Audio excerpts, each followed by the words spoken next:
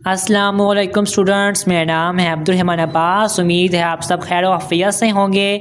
आज हम साइंस की मुख्तलिफ़ शाखों का आपस में ताल्लुक़ जो है वो वाला टॉपिक आज हम रीड करेंगे, उसको समझेंगे। ठीक है, तो लेक्चर स्टार्ट करने से पहले मेरी तमाम स्टूडेंट से दरख्वास्त है, एक बहुत ही छोटी सी रिक्वेस्ट है कि जामिया सईदा खातून जन्नत के ऑफिशियल यूट्यूब चैनल को सब्सक्राइब कर दें, इस वीडियो को लाइक कर दें और अपने फ्रेंड्स के साथ, क्लास फेलो के साथ शेयर कर दें।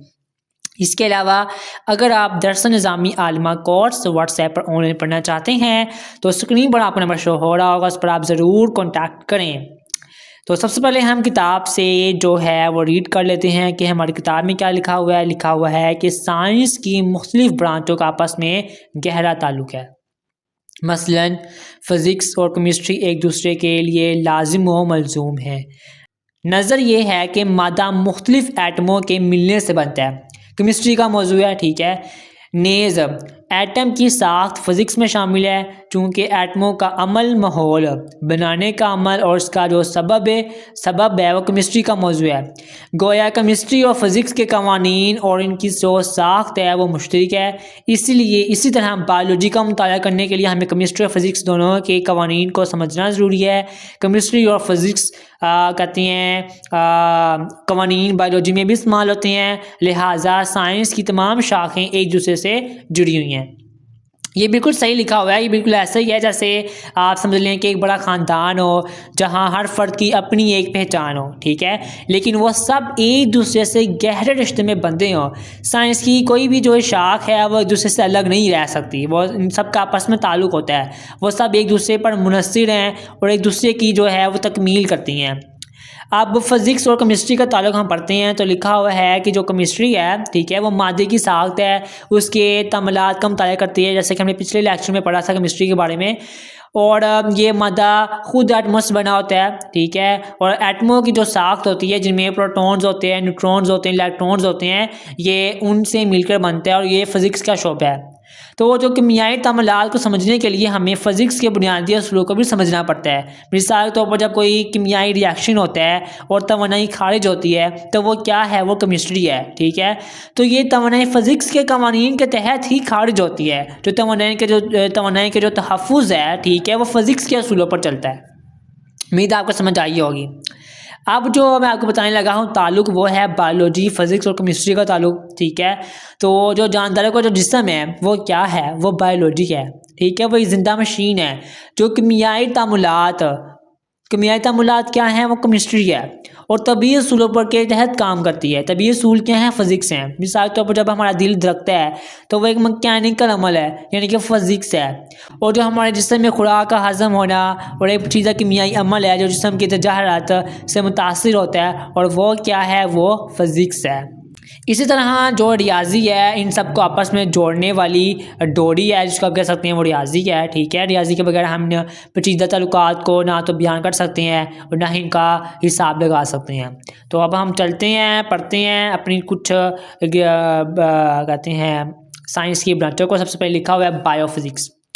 अब बायोफिज़िक्स क्या है, लिखा हुआ है कि जो इसमें फ़िज़िक्स के असूलों के को मद्देनज़र रखकर बायोलॉजी का मुतालिया शामिल है। फॉर एग्ज़ाम्पल ये वो शोबा है जहाँ फ़िज़िक्स और बायोलॉजी का मिलाप होता है। मिसाल के तौर पर हमारी जो आँखें हैं वो रोशनी को कैसे देखती हैं, हमारे पट्टे कैसे हरकत करते हैं, ये सब बायोफिज़िक्स के दायरे कार में आता है, ठीक है। मिसाल के तौर पर आपको बताऊँ तो जो MRI है मशीनें हैं जो जिस्म के अंदरूनी हिस्सों की तस्वीरें लेती हैं, ठीक है, वो फ़िज़िक्स की जो मकनातीसी मैदान है, ठीक है, उसके असूलों का इस्तेमाल करते हुए बायोलॉजिकल मालूमात जो है वो हासिल करती है, ठीक है। मुझे उम्मीद है आपको समझ आ गई होगी। अगला जो है वो है बायोकेमिस्ट्री। इसमें केमिस्ट्री के असूलों को मद्देनज़र रखकर बायोलॉजी का मुताला शामिल है, यानी कि जो DNA है, जो ज़िंदगी के किमियाई अमल का मुतालिया है। ये जैसे कि कैसे काम करता है, खुलियात जो सेल्स हैं वो तवानाई कैसे हासिल करते हैं, जो अद्वियात हैं हमारे जिस्म पर वो कैसे असरअंदाज होती हैं। मिसाल के तौर पर ये समझना कि जो हमारे सेल्स हैं वो खुराक कैसे तवानाई में तब्दील होते हैं, तो ये क्या है, ये बायोकेमिस्ट्री का ही एक बुनियादी तस्वर है। आगे हम पढ़ते हैं जियोफिज़िक्स। जियोफिज़िक्स क्या है? जियोफिज़िक्स ज़मीन की अंदरूनी साख्त और दूसरे ज़मीनी मज़ाहिर की फ़िज़िक्स की कवानीन से वजाहत करना जो है वो जियोफिज़िक्स कहलाता है। अब जो ज़मीन का मुतालिया है, ठीक है, वो तो जियो आप कह सकते हैं, जियोलॉजी कहलाता है। अब लेकिन फ़िज़िक्स के असूलों का इस्तेमाल करते हुए जब हमने फ़िज़िक्स की ज़मीन की स्टडी करनी है, हमने दुनिया की स्टडी करनी है ज़मीन की फ़िज़िक्स के असूलों के तहत, उसको हम कहते हैं जियोफिज़िक्स। जैसे ज़लज़ले कैसे आते हैं, पहाड़ कैसे बनते हैं, ज़मीन के अंदर क्या है, ठीक है, तो ये सवालात कहाँ से आते हैं, ये जियोफिज़िक्स हमें बताती है इसके जवाब। मिसाल के तौर पर जो साइंसदान है वो ज़लज़ले की लहरों का मुज़ाहिरा कैसे करते हैं, वो जियोफिज़िक्स के ज़रिए ही हमें बताती हैं सब चीज़ें।